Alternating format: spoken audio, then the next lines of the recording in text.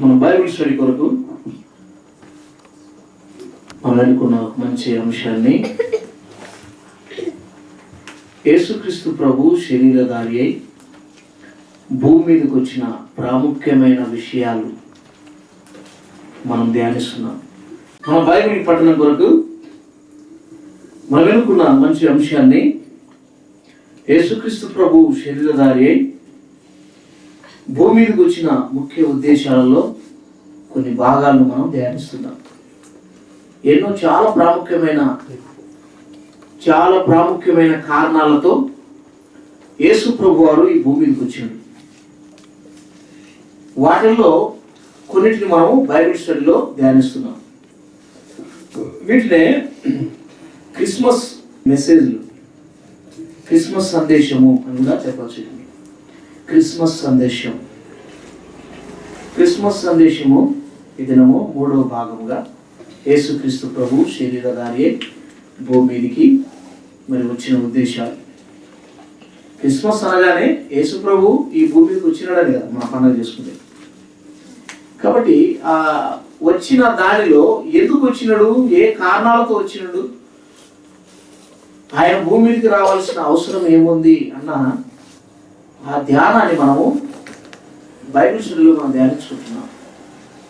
చాలా శ్రద్ధతో ఈ విషయాలు మన మీద.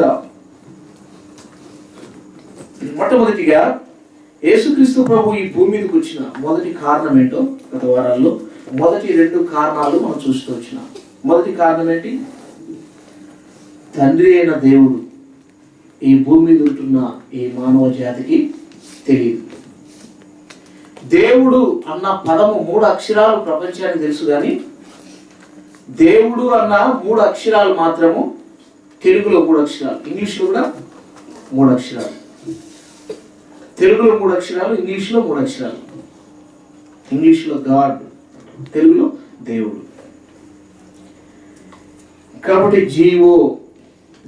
GOD God.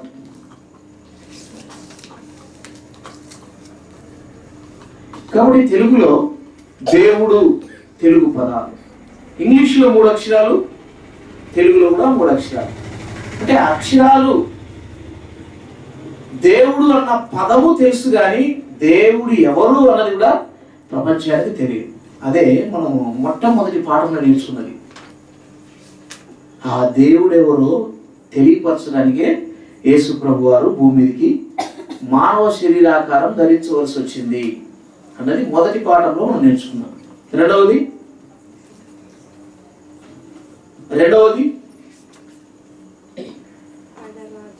ఆయన రాజ్య స్థాపన భూమి మీద చేయడానికి వచ్చాడు.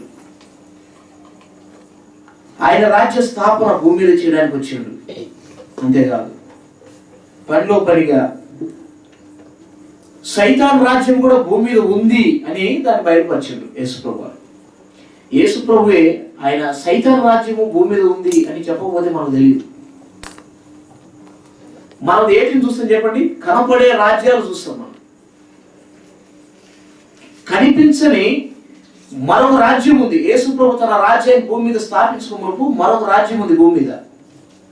ఆ రాజ్యమే ఏ రాజ్యం? అది సైతాన్ రాజ్యం. వాని రాజ్యం అంటాడు యేసుప్రభు మత్తయి సువార్తలో.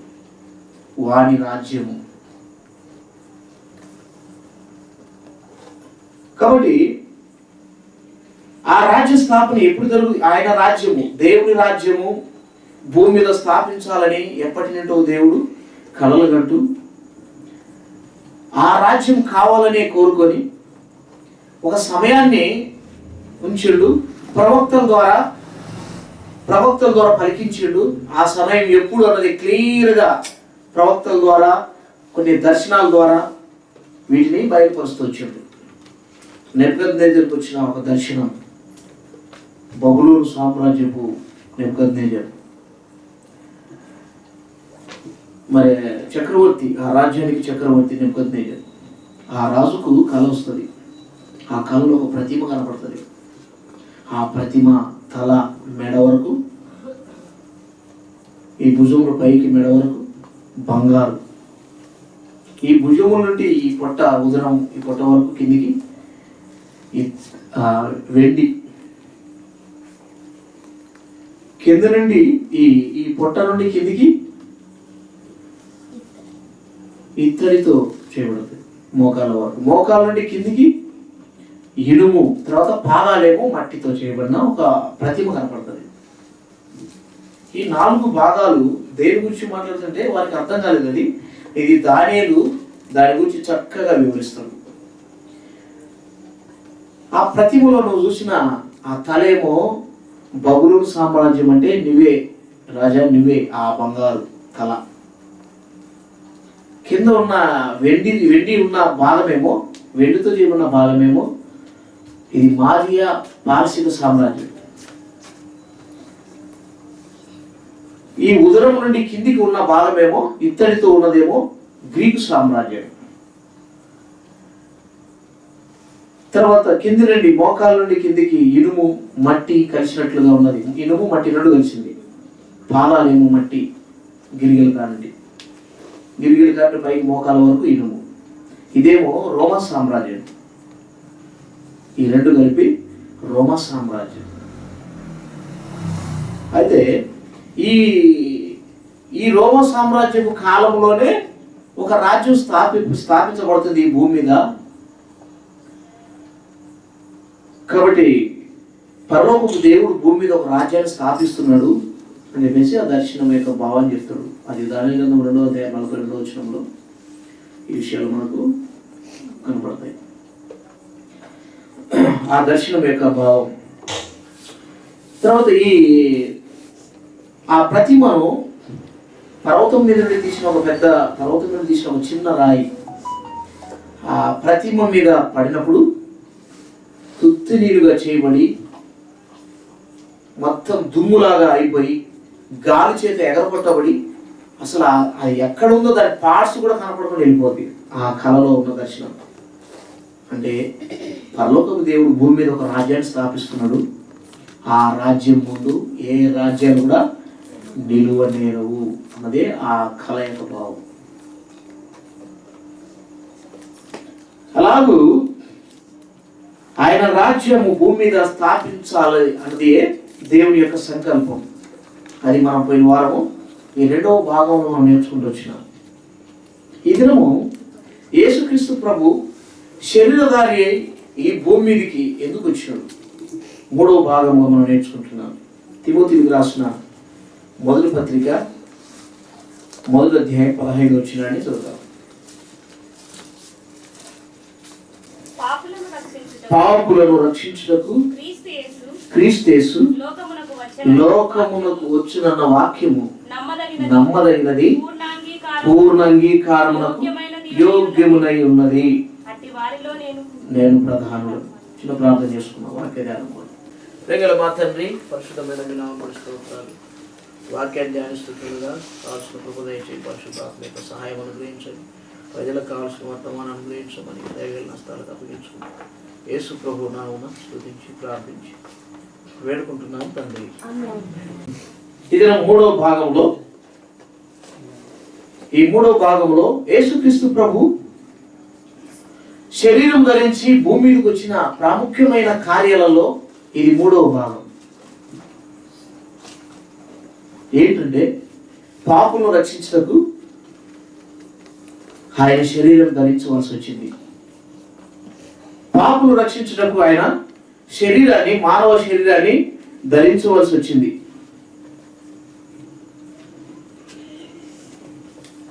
కాబట్టి భూమి మీద ఉంటున్న ప్రతి మనిషి పాపి. అందుకనే పాపులను రక్షించుటకు క్రీస్తు యేసు లోకమునకు. క్రీస్తు అంటే అభిషేకించబడిన రాజు. ఆ పేర్లు ఉన్న అర్థాలు మీరు జాగ్రత్తగా ఆలోచించండి. క్రీస్తు యేసు అన్న మాట ఎందుకు రాయబడింది? పౌలు ఎందుకు రాసిన ఈ మాట? ముందు యేసు క్రీస్తు రావాలి కదా, అంతే కదా. బైబిల్లో ఫస్ట్ ఏం రావాలా? యేసు క్రీస్తు ప్రభు. మరి క్రీస్తునేమో ముందు పెట్టిండు, తర్వాత ఏం పెట్టిండు? యేసుని పెట్టిండు. అంటే పాత నిబంధనలో ఏ క్రీస్తు అని వాడబడుతూ వచ్చింది? క్రీస్తు అంటే మెషియా. మెషియా అంటే అభిషిక్తుడు. పాత నిబంధనలో మెషియా భూమి మీదకి వస్తాడు అని పాత నిబంధన కాలంలో ఆయన గురించి రాయబడుతూ వచ్చిన సందర్భాలు ఉన్నాయి. పౌలు ఎందుకు ఈ ముందే క్రీస్తుని పెట్టిండు? క్రీస్తు అన్న పేరుకున్న అర్థం అభిషిక్తుడు. అంటే దేనికి అభిషిక్తుడు? అభిషేకించబడిన రాజు. దేనికి? ఆయన రాజ్యానికి, ఆయన సింహాసనానికి అభిషేకించబడిన రాజు, దేవుడి కుమారుడు. అది క్రీస్తు అనే పేరులో ఉన్న అర్థాలు చాలా ఉన్నాయి. అభిషిక్తుడు అంటే దేవుని కుమారుడు అని. దేవుని కుమారుడు సింహాసనానికి అభిషేకించమన్నాడు. సింహాసన పట్టాభిషేకం పొంది పరలోకంలో భూమి మీదకి వచ్చినాడు. దేవుడు, పరలోకపు దేవుడు భూమి మీద తన రాజ్యాన్ని స్థాపిస్తున్నాడు. ఆ రాజ్యానికి రాజు ఎవరు అంటే యేసుప్రభు. అందుకని ఆ రాజును కూర్చే పాత నిబంధనలు కూడా రాస్తూ వచ్చింది.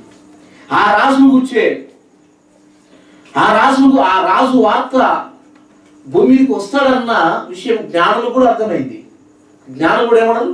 యూదుల రాజుకు పుట్టినవాడు ఎక్కడున్నాడు అంటే అభిషేక్తుడు అంటే అర్థం ఏంటి? ఇప్పుడు చెప్పండి. రాజు, అభిషేకించబడిన రాజు, అభిషేక్తుడు. అభిషేక్తుడు ఆయన, అభిషేకించబడినవాడు, అభిషేకించబడిన రాజు. అందుకని వాళ్ళు కూడా డైరెక్ట్ వచ్చి హేరోదు రాజు ఏమని అడుగుతున్నారు? యూదులకు రాజుగా పుట్టినవాడు ఎక్కడున్నాడు? మేము ఆయన పూజించడానికి వచ్చినమన్నారు. ఈయనకు అర్థం కాలే. మొత్తం యెరూషలేము, హేరోదు, యెరూషలేము నుండి వారందరూ ఏమైనప్పుడు ఆ సమయంలో ఆ మాట కానీ కలవరపడ్డారంట. నేను రాజునైతే మరో రాజు పుట్టడం ఏంటి? ఎవరికైనా కలవరమే కదా. ఒక ముఖ్యమంత్రి ఉన్నాడు, మరో ముఖ్యమంత్రి, తెలంగాణ ముఖ్యమంత్రి వస్తున్నాడంటే కేసీఆర్కి ఏం కావాలి? యారన్న అధికారం పోద్దు. మనకు అర్థమైతే చెప్పుకుంటున్నాం అన్నమాట. అంటే ఆయన ఏదో తీసిపడేయాలని ఒక కొత్త ఆయన పెట్టాలని కాదా, కొత్త కేసీఆర్ని తెచ్చి పెడదామని కాదా. ఆనాడు యూదులలో ఉన్న యూదుల రాజుగా ఉన్న హేరోదు కూడా ఆ పోస్టు పొందడానికి, ఆ రాజు అనే పోస్టు పొందడానికి ఎన్ని ఇబ్బందులు పడింటాడు. ఇప్పుడు ముఖ్యమంత్రి పదవి పొందాలంటే ఎన్ని కష్టాలు పడింటాడు. ఊరక అయిందిరా, ఊరక కాదు. మరి హేరోదు రాజు మరి యూదులకు రాజు కావడానికి ఎవరితను? ఎదోమీయుడు ఇతను. యూదుడు కాదు, ఇతడు ఒక ఎదోమీయుడు హేరోదు. అంటే యూదులలో ఒక యూదా జాతిలో ఒక ఆమెను పెళ్లి చేసుకున్నాడు ఇతను. చరిత్రలోకి వెళ్తే యూదా జాతిలో ఒక ఆమెను పెళ్లి చేసుకున్నాడు. అంటే యూదులకు ఏమవుతాడు ఇప్పుడు? అల్లుడు గారు. వింటున్నారా? యూదులకు అల్లుడు గారు అవుతాడు. ఇప్పుడు ఆ రాజ్యం పొందడానికి ఎన్ని తిప్పలు పడింటారు. సులభంగా ఇప్పుడు రాజు వచ్చిండు, ఈ రాజు పుట్టిండు అంటే అనగానే ఎలా ఉంటుంది చెప్పండి? కలవరం. అందుకే కలవరం వేసింది యేసుక్రీస్తు ప్రభు. అందుకనే పౌలు గారు ఏమని సంబోధించంటే క్రీస్తు అనే మాట మొదట పెట్టి యేసు అనే మాట లాస్ట్ ఎందుకు పెట్టాడు?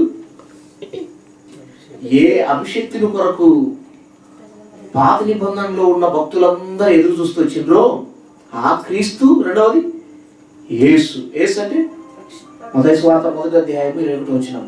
తన ప్రజలను వారి పాపము నుండి ఆయనే రక్షించును కనుక ఆయనకు యేసుని పేరు పెట్టబడును. అంటే ఆయన రాసిన మాటల్లో అర్థం ఉంది. అలా అభిషేకించబడిన రాజు, ఏ మెస్సియా కోసం మనం ఎదురు చూస్తూ వచ్చినామో ఆయనే రక్షకుడు. మన పాపమును నిడిపించుటకు రక్షకుడైనడు ఆయనే అని ఆ రోజున్న ప్రజలకు పౌలు గారు దేవుడిచ్చిన జ్ఞానముతో ఈ విషయాన్ని తెలియపరుస్తూ వచ్చినాడు. ఏ అభిషేక్తుని కొరకు మనం ఎదురు చూస్తూ వచ్చినామో, ఏ మెస్సియా కొరకు ఎదురు చూసినామో ఆయనే ఈయన.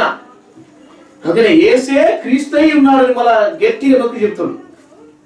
శిష్యులు కూడా చెప్తారు ఈ మాట. ఏమన్నా చెప్పండి? యేసే క్రీస్తై ఉన్నాడు. అపొస్తలుల కార్యంలో వారి సువార్త అంతా అదే. మనం ఏ యేసునైతే చూస్తున్నామో, ఏ యేసునైతే మనం చూస్తున్నామో, యోసేపు కుమారుడని, మరియమ్మ కుమారుడని, వింటున్నారా? ఏ యేసును మనం చూసినామో ఆ యేసే ఎవరైనా క్రీస్తు. ఇప్పుడు చెప్పండి, క్రీస్తు అంటే అభిషక్తుడు. అంటే అభిషక్తుడు అంటే అభిషేకించబడిన దేవుని కుమారుడు, అభిషేకించబడిన సింహాసనానికి అభిషేకించబడిన రాజు. సింహాసనానికి అభిషేకించబడిన రాజు.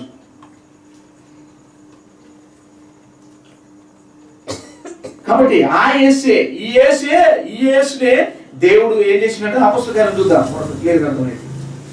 అపొస్తలుల కార్యములు 2వ అధ్యాయం. శిష్యులు ఈ మాటను నొక్కి చెప్తారు, ప్రజలలో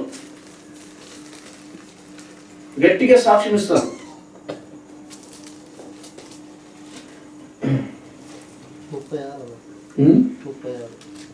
36 వచ్చింది చూద్దాం.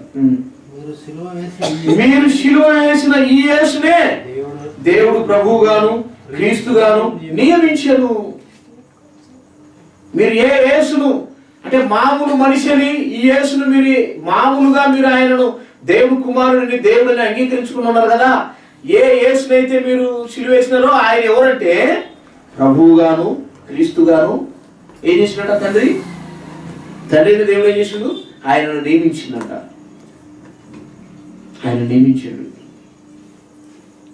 అలాగే పౌలు గాని శిష్యులందరూ కూడా అలాగే నొక్కి చెప్తారు, యేసే క్రీస్తు అయి ఉన్నాడు, యేసే క్రీస్తు, యేసే క్రీస్తు అని నొక్కి చెప్తూ వచ్చింది ఈ మాట. అందుకనే పౌలు కూడా తిమోతి రాష్ట్రపత్రికలో ఈ మాట రాస్తున్నాడు. ఏమని? పాపులు రక్షించినకు ఎవరు వచ్చిండ్రు? మామూలు మనిషి కాదు, యేసు అని పేర్లు పెట్టుకున్నారు. ఎందరో పేర్లు ఉన్నాయి బైబిల్, ఎందరో పేర్లు పెట్టుకున్నారు యేసు అనే పేర్లు. ఎన్ని పేర్లు ఉన్నాయి? అపొస్తలుల కార్యంలో బరి యేసున్నాడు, ఇతను గారెడి వాడు, దేవుడికి వ్యతిరేకి, అతడు ఒక యూదుడు. బరి యేసు అతడు. యూస్తు అనే యేసు కూడా ఉన్నాడు, అతడు విశ్వాసి. యూస్తు అన్న యేసు. బైబిల్లో ఒక పేరు కలిగిన వారు చాలా మంది ఉన్నారు. యోసేపులుగా 11 మంది ఉన్నారు, యోహాన్లు ఉన్నారు, మరియమ్మలు ఉన్నారు. అట్లా ఒకే పేరు కలిగిన వ్యక్తులు చాలా మంది ఉన్నారు.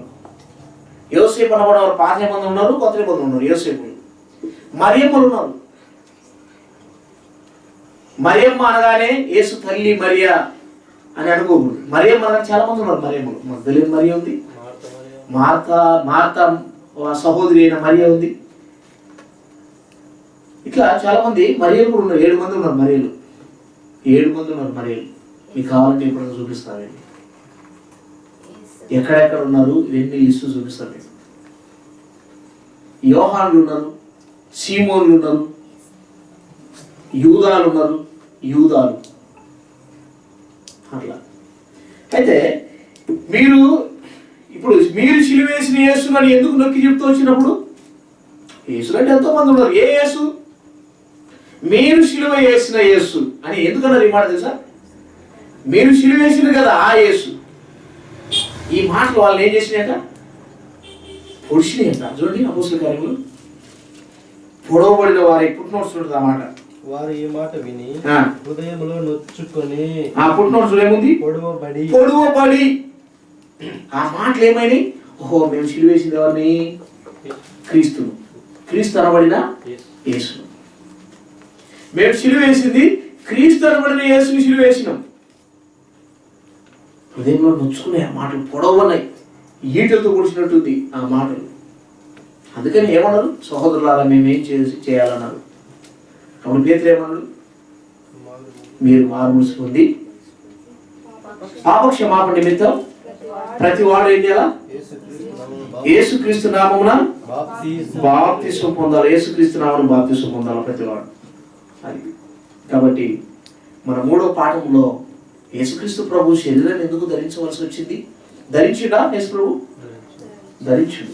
హెబ్రీ పత్రికలో 10వ అధ్యాయం 7వ వచనం, నాకు ఒక శరీరం అమర్చితివి అంటుంది. అప్పుడు నేను గ్రంథపు చుట్టలో నన్ను గూర్చి వ్రాయబడిన ప్రకారము, దేవా నీ చిత్తం నెరవేర్చుటకు ఇదిగో నేను వచ్చి ఉన్నానంటిని. ఇదిగో నేను వచ్చిన. బలులు ఇది శరీరం ఎందుకు ధరించవలసి వచ్చిందంటే దేవునికి ఒక చిత్తం ఉంది, ఒక ఇష్టం ఉంది. అది నెరవేరాలంటే ఆయన శరీరం ధరించాలా. ఇది కూడా ఒక భాగం ఏటల్లో మనం నేర్చుకుంటున్న పాఠాలలో ఇది ఒక భాగం. దాని గురించి కూడా తర్వాత మనం నేర్చుకుంటాం. ఇప్పుడు ఈ దినం ఏంటంటే పాపులను రక్షించడానికి ఏం చేసినట్ట క్రీస్తు యేసు లోకానికి వచ్చాడు. అంటే ఆయన దేవుడు కుమారుడై ఉండి మానవుడుగా భూమి మీదకి వచ్చిండు, యేసుగా పుట్టిండు అని అర్థం. అని క్రీస్తు యేసు అంటే ఈయనెవరు? అభిషిక్తుడు, తండ్రి దగ్గర ఉన్నవాడు. క్రీస్తు అంటే అభిషేకించబడిన రాజుతను, క్రీస్తు మెస్సియా. ఈయన దేవుడై ఉండి మానవుడుగా భూమి మీదకి యేసుక్రీస్తు ప్రభు యేసుగా భూమి మీదకి ఆయన పుట్టిండు అని వాళ్ళు వివరంగా ఆ మాట చెప్తున్నాడు. కాబట్టి పాపులను రక్షించడానికి ఎందుకు వచ్చినట్టు యేసు ప్రభు చెప్పండి. పాపులను రక్షించడానికి భూమి మీదకి వచ్చిండు. మరి పాపము నుండి విడిపించడానికి ఆయనే రావాలనా? చెప్పండి, ఆయనే రావాలనా పాపం నుండి విడిపించడానికి? మనల్ని మనం విడిపించుకోలేమా?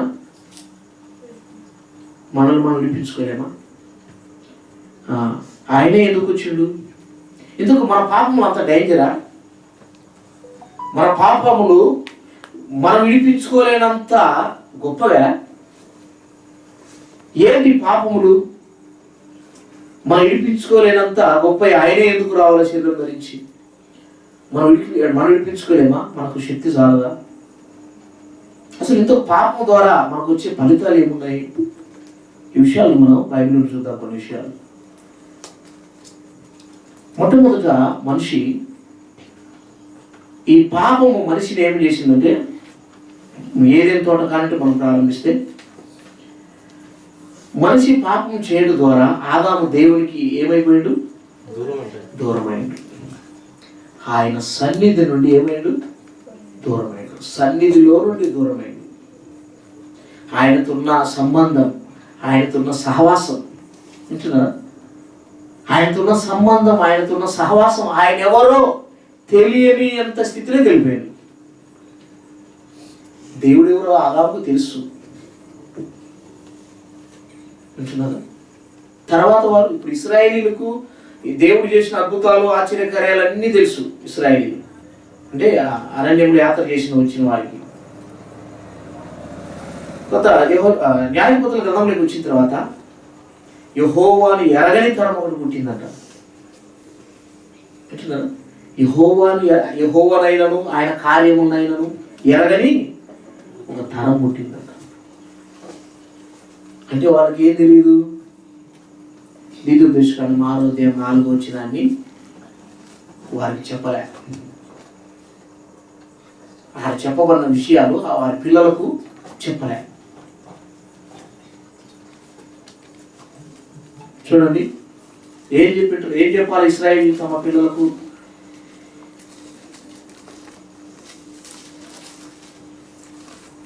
ఇశ్రాయేలు వినుము, మన దేవుడైన యెహోవా అద్వితీయుడగు యెహోవా నీ పూర్ణ హృదయముతోను, నీ పూర్ణ హృదయముతోను, నీ పూర్ణ ఆత్మతోను, నీ పూర్ణ ఆత్మతోను, నీ పూర్ణ శక్తితోను, నీ పూర్ణ శక్తితోను నీ దేవుడైన యెహోవాను ప్రేమింపవలెను.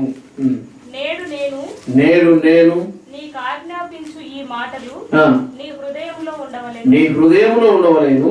నీవు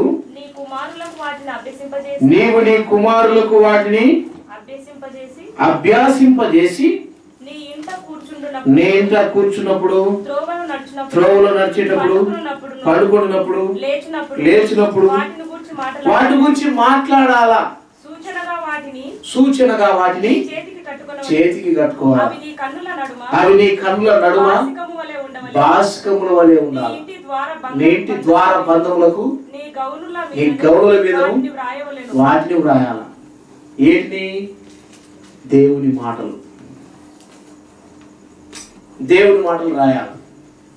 పిల్లలకు అంత జాగ్రత్తగా నేర్పాలంట. ఇక వీళ్ళే మర్చిపోయినారు, పిల్లలకి ఏం నేర్పిస్తారు? అందుకని యెహోవానైనను ఆయన కార్యములైనను ఎరగని తరం పుట్టింది. అంటే ఆదాము ప్రతి చల్లపూట దేవునితో సహవాసం కలిగిన వాడు, దేవుని స్వరాన్ని వింటూ దేవునితో ఉన్న ఈ ఆదాము ఎప్పుడైతే పాపం చేసిండో దేవునితో ఉన్న సంబంధం ఏమైంది చెప్పండి? సంబంధం పోయింది. యెషయా గ్రంథం 59వ అధ్యాయం మొదటి 2 వచనాల్లో ఏముంది?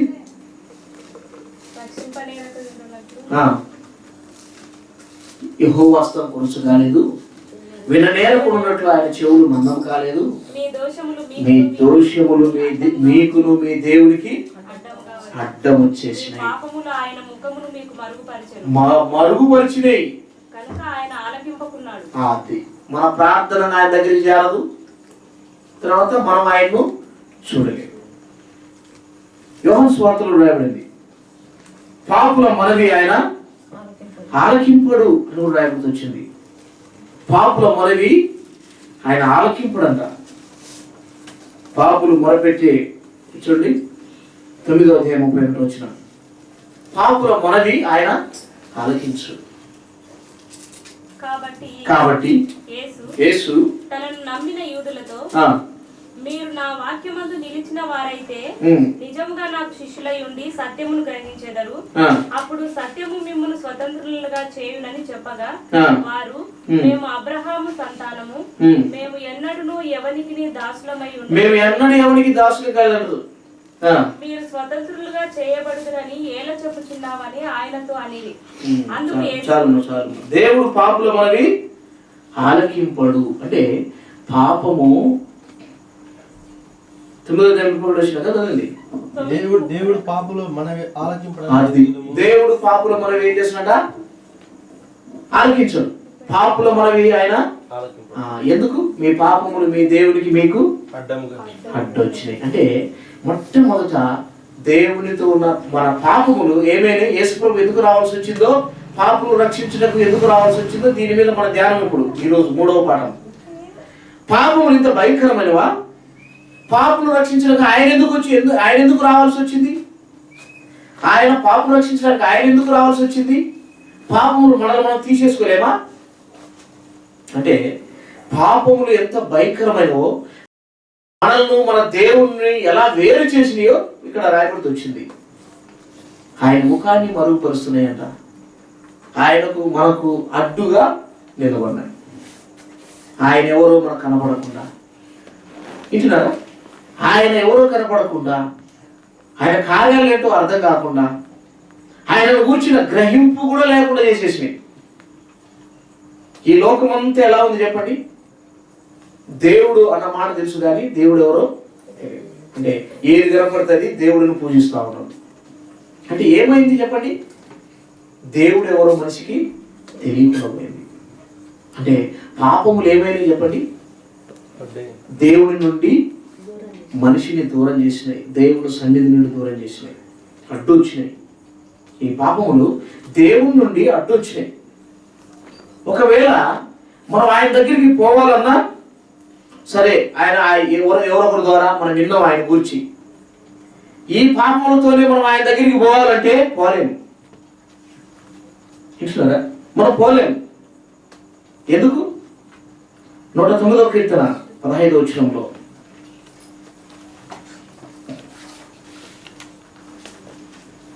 ఆయన సన్నిధిలో మన పాపాలు నిత్యముంటాయంట, కనపడతా ఉంటాయంట.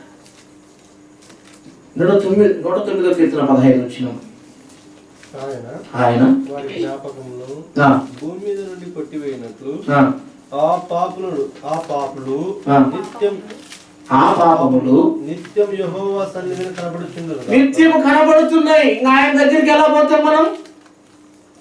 ఒకవేళ పోవాలని ప్రయత్నం చేసిన అనుకోండి, పోవాలనుకున్నా కూడా మన పాపాలు ఏం చేస్తున్నాయి అంటారా? నిత్యం ఆయన దగ్గర కనపడుతున్నాయి. ఆయన ముఖ కాంతిలో, అది 90వ కీర్తన 8వ వచనం, ఆయన ముఖ కాంతిలో ఏం చేసినట? మా రహస్య పాపములు కనపడుతున్నాయి అంటారు. 90వ కీర్తన 8వ వచనంలో ఉంచుకొని ఉన్నావు, నీ ముఖ కాంతిలో మా రహస్య పాపములు కనపడుతున్నాయి. ఆయన ఎలా చూడగలనుగా చెప్పండి? అందుకే వాక్యం ఏం చెప్తుంది? హృదయ శుద్ధి గలవారు ధన్యులు, వారు దేవుణ్ణి చూస్తారు. అంటే శుద్ధి లేకుండా, పరిశుద్ధత లేకుండా ఎవడును ప్రభువును చూడడు అనే మాట రాయబడింది. పరిశుద్ధత లేకుండా దేవుణ్ణి ఎవరు కూడా చూడలేరు. పాపులమైన మనము పాపముతో దేవుణ్ణి కలుసుకోలేము, పాపముతో దేవునికి ప్రార్థన చేయలేము, పాపముతో దేవుని నుండి సహాయం కూడా పొందలేము. పాపం ఉండడం ద్వారా దాని ద్వారా వచ్చే ఫలితం మరణం. ఈ విషయాలను చూద్దాం. ఆయన తర్వాత పాపములు మనకు మన దేవునికి అడ్డు వచ్చినాయి, ఆయన్ని చేరుకోకుండా మన మీద సాక్ష్యం కూడా పలుకుతున్నాయంట. యెషయా గ్రంథం 59:12 మన మీద ఏం చేస్తున్నాయి? సాక్ష్యం కూడా పలుకుతున్నాయి. ఒకవేళ మనం మర్చిపోవచ్చు, నేను ఎప్పుడు చేసిన పాపం అని. ఇవేమైనాయి? ఆయన ఎదుట పర్వతాలై నిలబడినాయి. ఆయనకు మనకు అడ్డం. వింటున్నారా? ఆయనకు మనకు అడ్డం ఏం చేసినాయి? నిలబడినాయి. సాక్ష్యం పలుకుతాయి అంట. అవి చదవండి. మేము చేసిన తిరుగుబాటు క్రియలు నీ ఎదుట విస్తరించినవి, మా పాపములు మా మీద సాక్ష్యం పలుకుతున్నాయి. కనబడుతున్నాయి, సాక్ష్యం పలుకుతున్నాయి. మా దోషములు మాకు తెలిసే ఉన్నాయి. అవి సాక్ష్యం కూడా చెప్తున్నాయి. పాపాలు సాక్ష్యం చెప్తాయంట అవి. అంతేకాదు పట్టుకుంటాయంట కూడా. పట్టుకుంటాయి. సంఖ్యాకాండం రాయబడింది. సంఖ్యాకాండం 33:23 వచ్చినాం. పట్టుకుంటాయంట, సాక్ష్యం పలుకుతాయి, పట్టుకుంటాయి కూడా. నీ ఆడికి పోతావు అని, నన్ను దాటుకొని నువ్వు ఆడికి పోతావు. ఎట్లున్నారా? అవి పట్టుకుంటాయి పాపాలు. దేవుని చేరనీయవు, దేవుని సమీపింపనీయవు. మన పాపాలు మన దేవుని నుండి మనల్ని ఏం చేసినాయి? దూరం చేసినాయి. ఒకవేళ పోవాలనుకుంటే అవి పట్టేస్తాయి, పోనీయవు. సంఖ్యాకాండం 33:23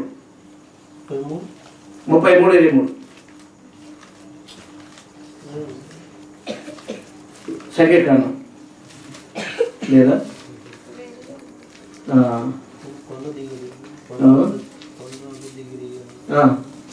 32:23 తెచ్చుకున్నాడు. మీరు అట్లు చేయని ఎడల యెహోవా దృష్టికి పాపం చేసిన వారగుదురు గనుక మీ పాపాలు మిమ్మల్ని ఏం చేస్తాయి? పట్టుకుంటాయి. ఆయన చేరనీయం. వింటున్నారా? ఆయనను చేరనీయం, ఆయన దగ్గరికి చేరనీయం, ఆయన దగ్గరికి పోనీయం. అంతేకాదు ఈ పాపములు దేవుడి నుండి ఏదైనా దేవుడు మనకు మేలు చేయాలనుకున్నప్పుడు ఆ పాపాలు అడ్డుకుంటున్నాయంట. చూడండి, ఇర్మియా గ్రంథం 5:25 వచ్చినప్పుడు మన పాపాలు ఏం చేస్తున్నాయి? అడ్డుకుంటాయి. వింటున్నారా? మన పాపాలు ఏం చేస్తాయి? అడ్డుకుంటాయి. ఈ లోకంలో ప్రభుత్వం వారు కూడా ఎవరైతే యేసును నమ్ముకున్నారో వారికి రిజర్వేషన్ లేదు. ఎలా అంటున్నదో వింటున్నారా? మన ప్రభుత్వం వారు పాపం కూడా ఏం చేస్తుందంటే మనకు మేలు జరగకుండా ఏం చేస్తుంది? అడ్డుకుంటాయి. చదవనమాట. ఇర్మియా 5:25 మీ దోషములు వాటి క్రమమును తప్పించెను. మీకు మేలు కలగకపోవడం మీ పాపాలే కారణం. మేలు మీరు పొందలేకపోతున్నారంటే ఏమనుకుంటున్నాయా? పాపాలు అడ్డుకుంటున్నాయంట. ఏడ నువ్వు సాయం చేసేదని. వింటున్నారా? మన పాపాలు మన దేవునికి మనకు ఏం చేసినాయి? అడ్డు వచ్చినాయి. మొదట దేవుడితో ఉన్న సంబంధాన్ని తెంపేసినాయి. దేవుడితో ఉన్న సంబంధం ఏమైంది? తెంపేసింది మన పాపము. దేవునికి మనకు అడ్డుగా నిలబడింది మన పాపం. మన మీద సాక్ష్యం పలుకుతుంది. తర్వాత చెప్పండి, ఇంకా మనల్ని పట్టుకుంటుంది, ఇంకా మనకు మేలు జరగకుండా అడ్డుకుంటుంది. అంతేకాదు దీని ద్వారా వచ్చే ఫలితం ఏంటో ద్వితీయోపదేశకాండం 24:16 24:16 ఎవడు నా ఎదుట పాపం చేయను వాడే మరణం. అంటే పాపం వలన వచ్చు జీతము మరణము. కుమారుల దోషమును బట్టి తండ్రులకు మరణ శిక్ష విధింపకూడదు. తండ్రుల దోషమును బట్టి ఆ. కుమారులకు మరణ శిక్ష విధింపకూడదు. ఆ. ఎవరి పాపము నిమిత్తము వాడే మరణ శిక్ష నందు. అబ్బా, ఎవరు మరణం పొందాలంట? ఎవడు పాపం చేస్తాడో వాడే మరణం పొందాలి. రోమ 6:23 ఉంది. ఎలాగనగా పాపం వలన వచ్చే జీతము మరణం. పాపం ఎంత భయంకరమైన చూడండి. ఆ పరమాత్ముడు, పరలోకపు దేవుడు ఆ నిత్యమైన మహిమను విడిచిపెట్టి, దేవునితో సమానుడుగా ఉండవలసిన భాగ్యాన్ని విడిచిపెట్టి మానవుడుగా ఎందుకు రావాల్సి వచ్చింది యేసుప్రభు అంటే, ఎన్ని కథలు ఉన్నాయి. పాపం ఎంత భయంకరమైందో చూడండి. వింటున్నారా? ఒక ఆయనకు ఒక మిషనరీ ఎవరంటే సాధు సుందర్ సింగ్ అని వింటున్నాను కదా. ఆ సాధు సుందర్ సింగ్ ఆయనకు ఒక కళ వచ్చిందంట. ఏంటి కళ అంటే, దేవుడి దగ్గరికి చాలా మంది పోతున్నారంట. పోతా ఉంటే దేవుడి దగ్గరికి పోతా ఉంటే ఆయన చూస్తానే తట్టుకోలేక, ఆ పరిశుద్ధత, ఆయన నీతి, ఆ దేవుడి దగ్గర ఉన్న మహిమ అందులో ఉండలేక, ఈ నరకమే మాకు మేలు అని చెప్పేసి పక్కన ఉన్న నరకంలోకి దూకుతున్నారంట. అప్పుడు ఈయన అడిగినట కల్లోనే, వాళ్ళు ఎందుకు దూకుతున్నారు ప్రభు, నేను ఎదుట ఎందుకు ఉండలేకపోతున్నాను, నేనేం చేస్తున్నాను, వాళ్ళే దూకుతున్నారు, ఇదే మాకు మేలు అని దూకుతున్నారు అంటున్నాడు. అంటే మన పాపములు మన దేవుని ఎదుట ఏమున్నాయి ఇప్పుడు చెప్పాలా? ఆయన ముఖ కాంతిలో మన పాపాలు ఏమైనాయి? కనపడుతున్నాయి, సాక్ష్యం చెప్తున్నాయి. మన పాపాలు ఆయన దగ్గర, ఆయన సన్నిధిలో కనబడుతున్నాయి, సాక్ష్యం చెప్తున్నాయి. ఇంకా పాపాలు ఏం చేస్తున్నాయి? అడ్డుకుంటున్నాయి. ఎలా పోగలడు చెప్పండి? ఎలా కలుసుకోగలడు? అందుకే ఆయన రావాల్సి వచ్చింది. యేసుప్రభు ఎందుకు రావాల్సి వచ్చిందంటే, భూమి మీదకి మానవ శరీరం ఎందుకు ధరించవలసి వచ్చిందంటే, మన పాపమును మన మీద నుండి తీసివేసి దేవునితో సంబంధం కలపడానికి, దేవునితో చేర్చడానికి.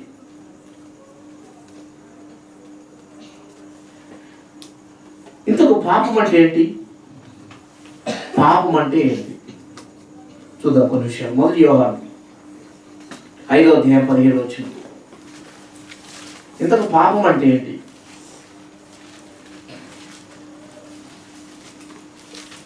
కొన్ని విషయాలు చూద్దాం. మొదటి యోహాను 5:17 సకల దుర్నీతియు పాపం. చాలు. ఏంటంట పాపము? సకల దుర్నీతి. నీతి కాదు, నీతికి విరోధమైనదే దుర్నీతి. ఇదేనంట పాపము. నీతికి విరోధమైనదే, నీతికి ఆపోజిట్ ఉన్నదే దుర్నీతి. అది ఏంటట? పాపము. రెండవది రోమ 14:23. రోమ 14:23 ఇంకా ఏంటి పాపం అంటే? అనుమానించిన వాడు తినిన ఎడల విశ్వాసం లేకుండా తినను కనుక దోషి అని తీర్పు నందును. విశ్వాస మూలము కానిదేదో అది పాపం. అబ్బాయి మనకు కూడా తగ్గుతుంది. ఇటున్నారా? దేవుని మీద విశ్వాసము లేకుండా బ్రతుకుతున్నా కూడా మన పాపమే. దేవుని యందు విశ్వాసం లేకుండా బ్రతుకుతున్న బ్రతుకు కూడా ఏంటంటది? విశ్వాసం కానిదేదో అదేంటట? అది పాపం. విశ్వాసం కానిదేదో అది పాపం. ఇప్పుడు ఒకసారి మనం పరీక్షించుకుందాం. దేవుణ్ణి మనం అంతగా విశ్వసిస్తున్నామా? చెప్పండి. బైబిల్ చెప్తున్నట్లు విశ్వసిస్తున్నామా? లేదంటే మనలో ఏముంది? పాపం ఉంది. పాపం ఉంది మనలో. విశ్వాసం కానిదేదో అది పాపం. ఉందా లేదా? అది జనరల్ ప్రపంచమంతటి మనందరం కూడా దేవుని యందు సంపూర్ణమైన నమ్మకం, విశ్వాసం లేకపోతే మనలో కూడా ఏముంది? పాపం. మూడవది మొదటి యోహాను 3:14 ఏంటి పాపము? చెప్పండి. 3వ అధ్యాయం 4వ వచనం. 3:4. పాపం చేయి ప్రతి వాడును ఆజ్ఞ అతిక్రమించును, అతిక్రమమే ఆజ్ఞ అతిక్రమమే పాపం. ఏంటంట పాపము? ఏంటి ఆజ్ఞ? దేవుని మాటే ఆజ్ఞ. దేవుని మాటే ఆజ్ఞ. ఆదాముకు ఏ ఆజ్ఞ ఇచ్చిండు? ఏ మాట ఇచ్చిండు? నువ్వు పండు తినద్దు. ఏంటది? ఆజ్ఞ. ఏదైనా తోటలో ఆదాముకి ఇచ్చిన మొట్టమొదటి ఆజ్ఞలు అవి. ఈ పండు తినదిన నువ్వు నిశ్చయముగా చస్తావు. ఆజ్ఞ. ఆజ్ఞ మామూలు సులభంగా చెప్పిట్టాడా? ఆజ్ఞపూర్వకంగా చెప్పిట్టాడా? ఆజ్ఞ అంటే ఏంటి? మామూలుగా చెప్పేది ఏంటి? ఆజ్ఞ అంటే అది ఎట్లా ఉంటుంది? చాలా పవర్ఫుల్గా ఉంటుంది ఆజ్ఞ. కాబట్టి దేవుని మాటను అతిక్రమించడమే. ఇప్పుడు ఆదాము పాపం చేసినా లేదా? ఇప్పుడు కూడా మనము కూడా దేవుని మాటలను అనుసరిస్తుంటే ఎస్ ఓకే. బైబిల్లో ఉన్న మనం మాటలు అనుసరించడం లేదు అంటే ఏముంది? మనలో పాపం ఉంది. ఆజ్ఞాతిక్రమమే. బైబిల్లో ఉన్నవన్నీ ఆజ్ఞలా వాగ్దానాలా? మనకు వాగ్దానాలే కావాలా? ఆజ్ఞలు ఎందుకు? అంతే కదా? అంతేనా? మనకు మొత్తం వాగ్దానాలే కావాలా? మాకు ఆజ్ఞలు వద్దు, వాగ్దానాలే కావాలి. యోగు ఏమంటాడు చూద్దాం. 2వ అధ్యాయం 10వ వచనం. వాగ్దానాలే మాకు కావాలా? ఈ వాగ్దానాల మీద కొంత కన్ఫ్యూజన్లో కూడా ఉన్నాం. దీని గురించి మనం ఒకసారి మీకు వివరించి చెప్తాం. వాగ్దానాలు కూడా దేవుని ఆజ్ఞలు వద్దా మనకు? వాగ్దానాలే కావాలన్నా? యోగు చూద్దాం. యోగు ఏమంటారు తన భార్యతో? 2వ అధ్యాయం 10వ వచనం. అందుకతడు, మూర్ఖురాలు మాట్లాడినట్టు నువ్వు మాట్లాడుచున్నావు. మనం దేవుని వలన మేలు అనుభవించుదుమా? కీడు మనకు అనుభవింప తగదా. అంటే మనకు ఎప్పుడు ఏం కావాలా? అంటే యోగు భార్యలో ఉన్న మనసే మంది కూడా ఏమని? అసలు వాగ్దానం అంటే ఏంటి చెప్పండి? ఆశీర్వాదాలు మేలులే. దేవుడి నుండి వచ్చే శిక్షలు వద్దు. ఎంచున్నారా? అంటే దేవుణ్ణి మనం ఎంతవరకు తీసుకుంటాం చెప్పండి? ఆశీర్వాదాలు దీవెనల వరకు చాలా ఆయన. తర్వాత సెకండ్ పార్ట్ అవసరం లేక, అంతే కదా? అంతవరకు మనకు అర్థమైంది. ప్రేమించు ప్రతి కుమారుని శిక్షించి దండించును. శిక్షకు లోబడిన వాడు దుర్విజి. వింటున్నారా? అంటే పాపం వలన వాడు పాపం ఉంది వాడిలో అని, అక్రమస్తుడు అని, దుర్విజి అంటే. దేవుడి వలన పుట్టిన ప్రతి వాడును పాపము చేయడు. కాబట్టి మనకేం కావాలి? ఎప్పుడు మేలులే కాదు, ఏం కావాలా? 2 జతపరిచిన దేవుడు మనకు. ఏంటి చెప్పండి? మేలు కీడు, సుఖము దుఃఖము, ఆనందము ఏడుపు. ఈ రెండిటి మధ్యలో మన జీవనం ఏం కావాలా? సాగాల. మన వెహికల్కు 2 చక్రాలు ఎలా ఉంటాయో, ఒక చక్రంతో పోతుందే, బైక్ పోతే, సైకిల్ పోతే, అలాగే ఈ బ్రతుకు బండి ఇది. ఈ జీవితానికి 2 చక్రాలు లాంటి 2 దేవుడు పెట్టింది. ఏంటి అవి? సుఖము దుఃఖము. ఈ రెండింటి మధ్యలో పోవాలి. కానీ నాకు ఒకటి వద్దు ప్రభు, నాకు ఒకటే కావాలి, నాకు వాగ్దానమే కావాలి ప్రభు. ఇట్లా వాగ్దానమే కావాలా మంది. కాబట్టి దేవుని ఆజ్ఞ మనం పాటించాలా. బైబిల్లో ఉన్న ప్రతి మాట మనకు స్వీకరించాలా. వాగ్దానాల వరకే కాదు. కొంతమంది ఎక్కువ వాగ్దానాలు ఇష్టపడతారు కదా. 90% బైబిల్లో మాకు మెరుగే కావాలి, వాగ్దానాలే కావాలా అని. మిగతా ఎందుకు వద్దు మనకు? ఎంచున్నారా? అంటే మనం పైన చూడడంలే, పరలోకాన్ని చూడడంలే, భూ సంబంధమైన వాటిని చూస్తున్నాం. కాబట్టి ఆజ్ఞ అతిక్రమమే పాపం. ఆయన ఆజ్ఞలను ఏం చేయాలి చెప్పండి? పాటించాలి. పాటించకపోతే పాపం అవుతుంది. ఇంకా 4వది యాకోబు రాసిన పత్రిక 4వ అధ్యాయం 17 వచ్చిన ఇంకా ఏంటి పాపము?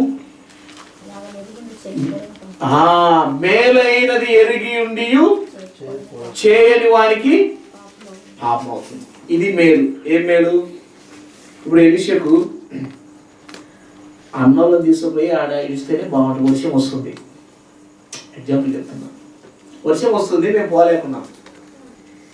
వీళ్ళు ఇంటికాడ చేరిస్తే ముసలాం ఉంది, కొంచెం లేకపోతే నేను అక్కడ వచ్చినప్పుడు కూడా చేరిస్తేనే అక్క పిల్లలు ఉన్నారు, వాళ్ళకు సేఫ్టీగా ఉంటుంది, అన్నం పోతేనే వాళ్ళకి భద్రత ఉంటుంది అని ఎలిషకు తెలుసు అనుకోండి. తెలిసి కూడా అన్న నేను పోలేను అన్నాను అనుకో, ఏమైంది? తెలుసు మేలైనది ఎరిగి ఉండి అలా చేయకపోతే ఏమవుతుంది? అది పాపం. ఇప్పుడు చెప్పండి, పాపాలంటే ఏంటి? పాపం అంటే ఏంటి?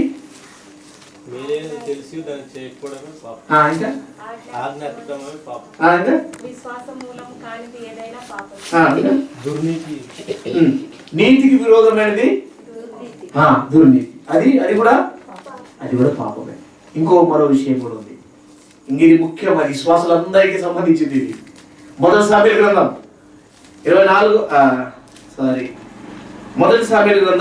12వ అధ్యాయం 23 వచ్చిన ఇది విశ్వాసులకు సంబంధించింది. నా మట్టుకు నేను మీ నిమిత్తం ప్రార్థన చేయటం మానటం వలన యెహోవాకు విరోధంగా పాపం చేసిన వాడు నగుదును. ఇప్పుడు చెప్పండి, ఎంతమంది ప్రార్థన చేస్తున్నారు? ఎవరి కొరకు ప్రార్థన చేస్తున్నారు? ఏమని చేస్తున్నారు?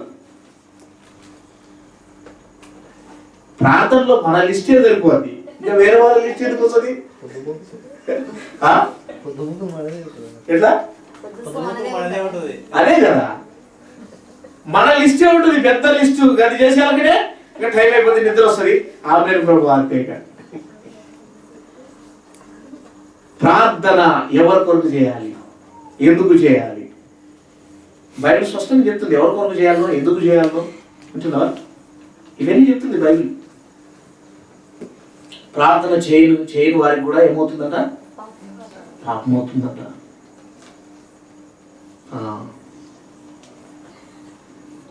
ఇంకా మొదటి సామెతల 15:3 చదండి, మరి ఆ వచ్చిన చదండి. 15:3 తిరుగుబాటు చేయుట, సోది చెప్పుట. చూడండి ఎన్ని రకాలు ఉన్నాయి. తిరుగుబాటుతనం అంటే లోబడని గుణం. సోది చెప్పడం అంటే మన కాని విషయాలు సోది ఏమని చెప్తాడు, ఇది ముసలమ్మ కూర్చోండి. మన దగ్గర లేని అక్క గురించి ఏం చేస్తారు చెప్పండి? మాట్లాడుకుంటా. 3వ అక్క గురించి మాట్లాడతాడు, ఉండేది ఇద్దరే. చెప్పండి, సోది చెప్పుట. ఇంకా పాపంతో సమానము. మూర్ఖత, అగుపరచుట, మాయా విగ్రహం గృహ దేవతలను పూజించుటతో సమానము. అది పాపం అంట. మూర్ఖుని యోచన ఉందా బైబిల్? మూర్ఖుని యోచన సామెతలు 24వ అధ్యాయము 9వ వచనం. మూర్ఖుని యోచన కూడా పాపము. ఇప్పుడు చెప్పండి, మొదటి సామెతలు 15:23 వచనంలో తిరుగుబాటుతనము అంటే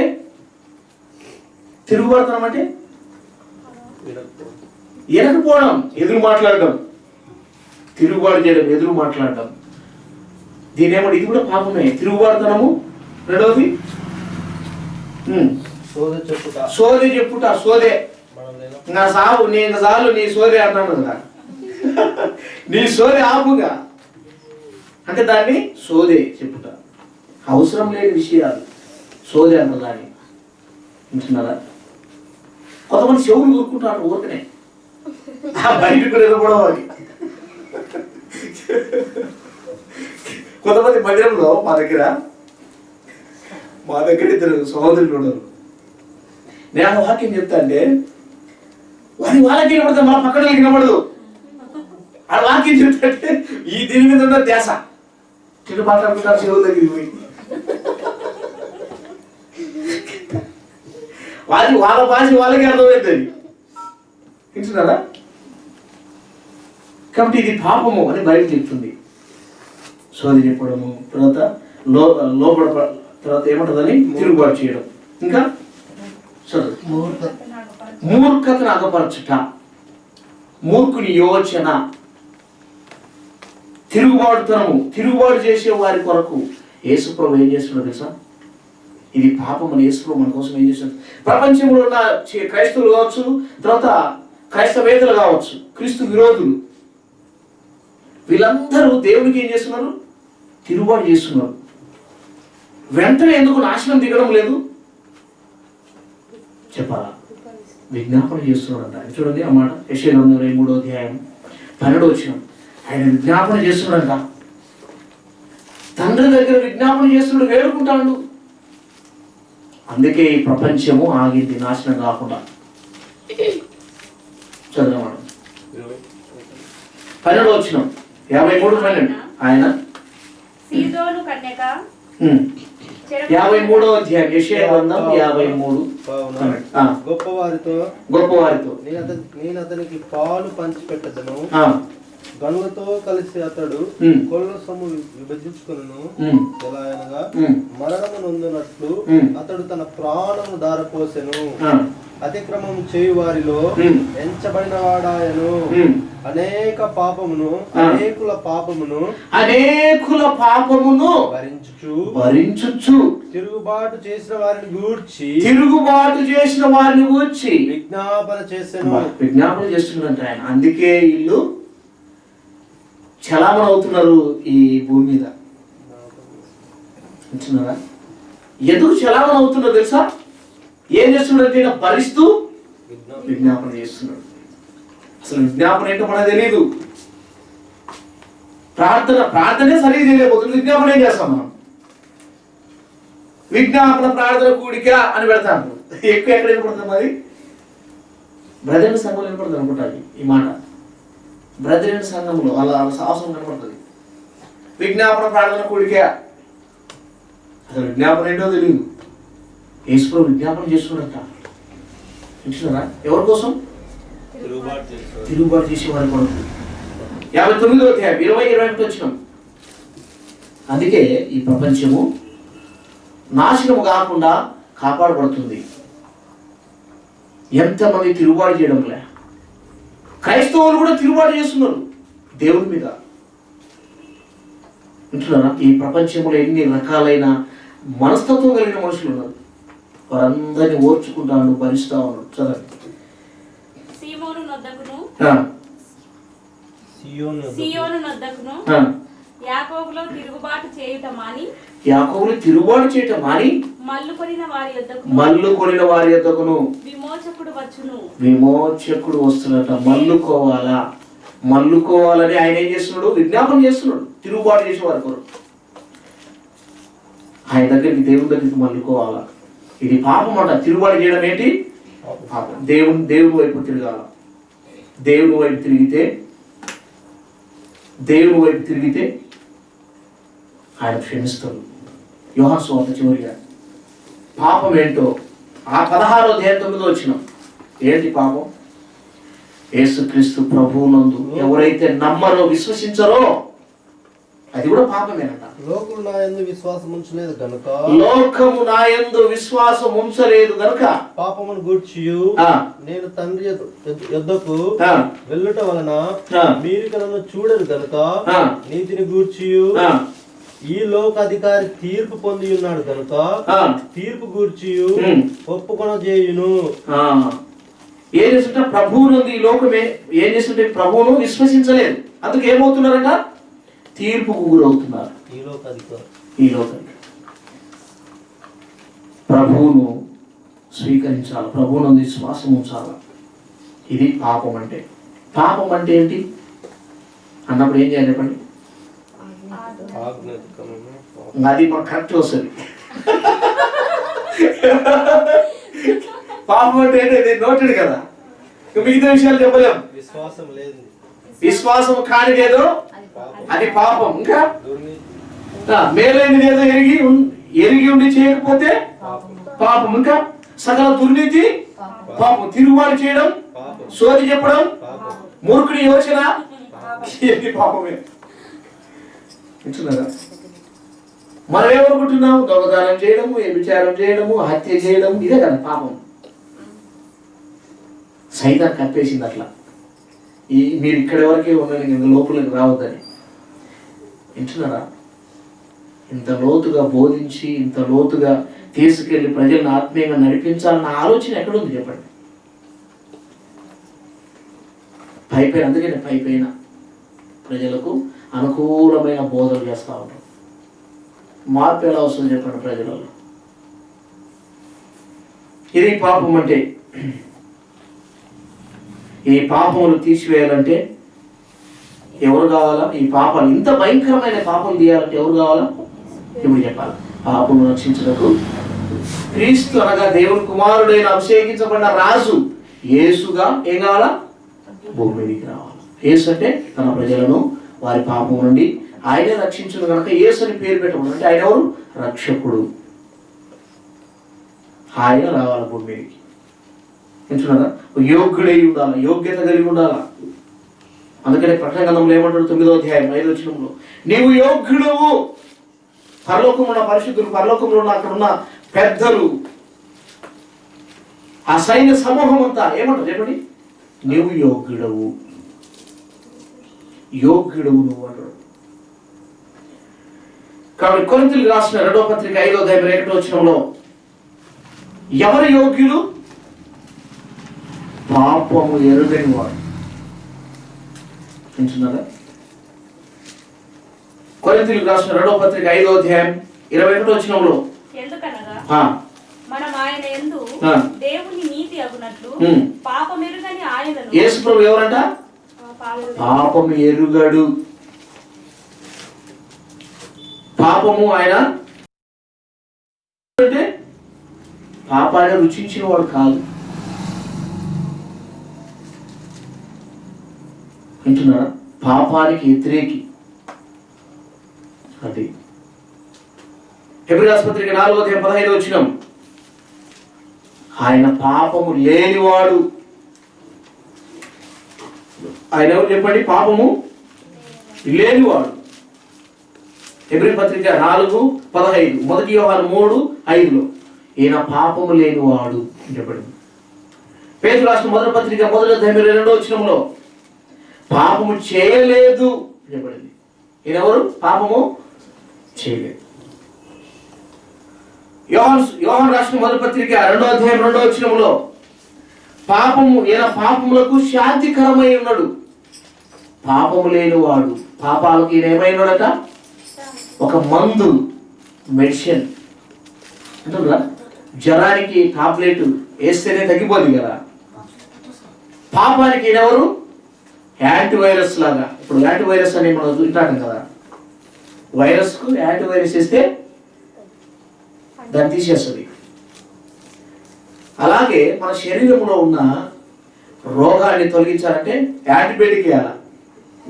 అప్పుడు దాన్ని ఏం చేస్తుంది? దాన్ని చంపి పడేస్తుంది మన శరీరంలో ఉన్న వైరస్. యేసుక్రీస్తు ప్రభు పాపం అనే వైరస్ను, పాపం అనే వైరస్కి ఎవరు? ఒక మెడిసిన్. వింటున్నారా? కాబట్టి పాపం లేని వాడు. ఈయనలో పాపం లేదు. అది ఈయన పాపం చేయలేదు. ఎప్పుడు 7వ అధ్యాయం 26వ వచనంలో ఆయన పవిత్రుడు, నిర్దోషి, నిష్కల్మషుడు, పాపులలో చేరక ప్రత్యేకంగా ఉన్నవాడు. 1 యోహాను 3వ అధ్యాయం 5వ వచనం, పాపాలు తీసివేయటకై వచ్చిన వాడిన. పాపి పాపములను విడిపించలేడు, పాపము లేని వాడు మాత్రమే విడిపించగలడు. 1 యోహాను 4:10 వచనంలో పాపానికి ప్రాయశ్చిత్తమౌటకు ఆయన ఈ లోకంలోనికి వచ్చాడు. యేసుక్రీస్తు ప్రభు మన పాపములను విడిపించడానికి పాపల రక్షకుడుగా ఈ లోకానికి రావాల్సి వచ్చింది. ఇంత భయంకరమైన పాపాన్ని ఎవరు తీసేయగలరు? ఎవరు కూడా తీసేయరు. ఆయన మాత్రమే రావాలి. యోగ్యుడైన వాడు. ఎవరు యోగ్యుడు? పాపం లేకుండా ఉండాలి. యోహాను సువార్తలో 8వ అధ్యాయంలో నా యందు పాపం ఉన్నదని మీరు ఎవరు స్థాపించగలరు అని సవాలిసినాడు. పిలాతు భార్య ఏమన్నది? ఆయన నీతిమంతుడు, ఆయన జోలికి పోవద్దన్నది. పిలాతు ఏమన్నాడు? ఏ నేరం నాకు కనపడలేదు. ద్రోహి ఇస్కరియోతు ఏమన్నాడు? ఈయన నిరపరాధి అన్నాడు. దొంగ ఏమన్నాడు శిలువలో? మనకైతే ఇది న్యాయమే, ఆయన ఏ నేరము చేయలేదు. ఇలాంటి పరిశుద్ధుడు, ఇలాంటి నీతిమంతుడు, ఇలాంటి వాడైతేనే మన పాపమునకు శాంతికరం, పాపాలు తీసేయడానికి యోగ్యుడు. మన పాపముల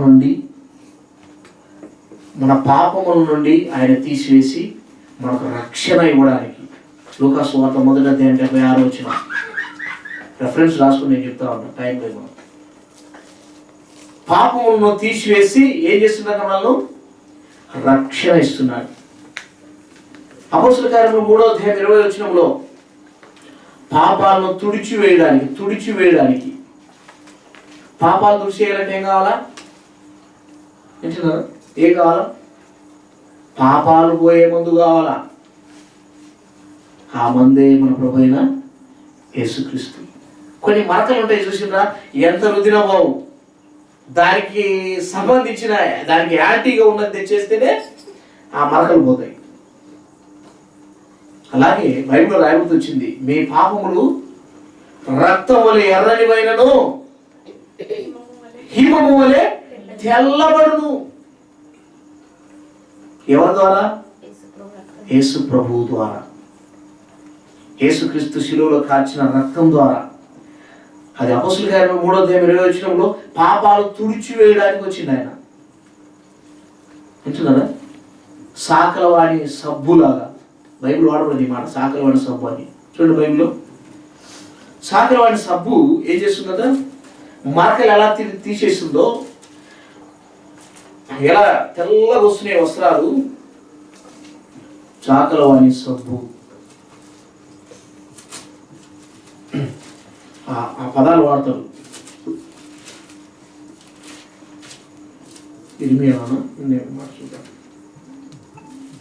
సాకలవాణి సబ్బు. అయితే మన పాపాలు విస్తారమైన సబ్బు రాసుకునేనను నీ పాపములు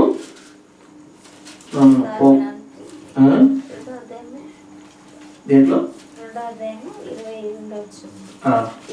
ఇర్మియా 2:22 వచ్చింది. చూడండి. క్షారముతో కడుగుకొనినను విస్తారమైన సబ్బు రాసుకొనినను నీ దోషము మరక వలె కనపడుతుంది. ఆ మరక పోవాలంటే ఏం కావాలా?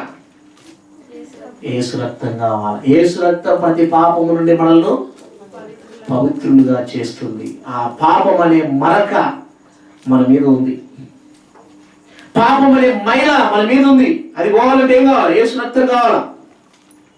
యేసు రక్తం ప్రతి పాపం నుండి మనల్ని ఏం చేస్తుందట? పవిత్రులుగా చేస్తుంది. ఆయన మనల్ని మన పాపం నుండి ఇడిపించి మనకు రక్షణిస్తున్నాడు. మన పాపాలను ఆయన తుడిచి ఏం చేస్తున్నట్ట? తుడుస్తున్నాడు. ఆయనే రావాలా, తుడుసాల. సాకలవాణి సబ్బు అని కూడా ఉంది బైబిల్లో. మలాకి 3:2 వచనంలో. అయితే ఆయన వచ్చి దినము ఎవరు సహింపగలరు? ఆయన అడుగు పడగా ఎవరు ఓర్వగలరు? ఆయన కంసలి అగ్ని వంటి వాడు, సాకలవాణి సబ్బు వంటి వాడు. సాకలవాణి సబ్బు వంటి వాడు అని రాయబడింది. అంటే సాకలవాణి సబ్బు ఏం చేస్తుంది? క్లీన్ చేస్తుంది. ఇక్కడ మనం ఇర్మియా 2వ అధ్యాయంలో ఏం రాయబడింది? నువ్వు విస్తారమైన ఆ సబ్బు రాసుకున్నా చెప్పండి, నీ పాపములు ఎలా కనపడుతున్నాయి? మరకలే కనపడుతున్నాయి. అయితే ఇప్పుడు ఆ మరక పోవాలంటే ఏం కావాలా? యేసు రక్తం కావాలి. రోమా 11వ అధ్యాయం 27వ వచనంలో పాపాన్ని విడిపించి రక్షణ ఇవ్వడానికి వచ్చిండు. అంతేకాదు పాపాలను తుడిచివేయడానికి వచ్చిండు. పాపాన్ని పరిహరించడానికి వచ్చిండు. 1 కొరింథీ 15వ అధ్యాయం 3వ వచనం, పాపం నిమిత్తం ఆయన మృతి పొందిండు. ఇదంతా పరిహరించబడాలా, క్షమించబడాలంటే ఆయన ఏం కావాలా? పాపం కొరకు మృతి పొందాలా. అంతేకాదు శుద్ధి, మన పాపాలు ఏం కావాలా? శుద్ధి చేయబడాలా, శుద్ధి చేయాలా, శుద్ధి చేయబడాలి. అందుకనే మీ చేతులు రక్తంతో నిండి ఉన్నవి, కడుక్కొని శుద్ధి చేసుకుని యెషయా గ్రంథంలో మాట కడుక్కోండి, శుద్ధి చేయండి. మీరు ఎంత కడుక్కోలేనో నాకు కనపడుతూనే ఉన్నాయి అంటాడు మన దేవుడు. ఏమంటాడు? ఇది పోవాలంటే ఏం కావాలా? యేసు రక్తం కావాలి. ఆయన మరణించాలా, ఆయన రక్తం కాచాలా, ఆయన మరణించాలా, సమాధి చేయబడాలి, మూడో దినం చేయాలి. హెబ్రీయుల పత్రిక 1వ అధ్యాయం 3వ వచనంలో శుద్ధి, మన పాపాలను శుద్ధి చేయవాడు ఆయనే. హెబ్రీ 9వ అధ్యాయం 28వ వచనంలో మన పాపాలను ఆయన భరించిండు. 1 పేతురు 2వ అధ్యాయం 24వ వచనంలో మ్రాను మీద మన పాపాలను ఆయన మోసుకున్నాడు. 1 పేతురు 4వ అధ్యాయం 8వ వచనంలో మన పాపాలను ఆయన ప్రేమ ఏం చేసింది? కప్పింది. దుర్వాసన, ఆ పాపపు వాసన రాకుండా, పాపములు కనపడకుండా తుడిచి కప్పేసింది. వింటున్నారా? ఆ ప్రేమ మన మీద కప్పబడింది. మనలో మంచితనము, మనలో ప్రేమ, ఇదంతా వస్తుందని ఎక్కడి నుండి వచ్చింది? ఇది మనం సంపాదించుకునేది కాదు. ఎవరిచ్చింది తెలుసా? ఇది రోమా 5:5లో దేవుడు తన పరిశుద్ధాత్మ చేత మనలోకి కుమ్మరించిందంట ఆ ప్రేమను. వింటున్నారా? అది ఆ ప్రేమ మనలో పోయబడింది. మన పాపాలు తీసివేయడానికి వచ్చిండు, మన పాపములను విడిపించడానికి వచ్చిండు. ఎన్ని రకాలైన పదాలు వాడబడి తెలుసా? ప్రకటన 1వ అధ్యాయం 6వ వచనంలో మన పాపములను విడిపించిన వారికి రాయడు. మన పాపాలను విడిపించాడు, మన పాపాలు తుడిచేసిండు, మన పాపాలు భరించిండు, మన పాపాలు ఆయన శిలువ మ్రాణి మీద మోసుకున్నాడు. ఈ పాపం కొరకు సులభంగా పోతే ఎవరు కావాలో పాపాలు తీసేయాలంటే? పాపం ఎరుగనివాడు, పాపము లేనివాడు, నిర్దోషి, నిష్కల్మషుడు, పాపంలో చేరక ప్రత్యేకంగా. ఇప్పుడు యేసు ప్రభు శరీరధారి భూమి మీదకి ఎందుకు వచ్చిండు? పాపము రక్షించుటకు క్రీస్తు లోకమునకు వచ్చిండు. పాపం అంత భయంకరమైతే అవును, ఎవరిది పాపమును తీసివేసుకోలేదు, దేని నుండి విడుదల పొందలేదు. ఇది ఎంత ప్రమాదకరమైనది. ఈ పాపము నుండి రక్షించటకే యేసు ప్రభు శరీరం ధరించవలసి వచ్చింది. కాబట్టి చాలా విషయాలు మన బైబిల్లో మనం ఇంటూ వచ్చిన ఈరోజు ఇది 3వ భాగం. ఇలా మన జీవితాలు ప్రభు యొక్క వాక్యానుసారంగా మనం నడుచుకుంటూ ఆయనకి సులువు భూమిలో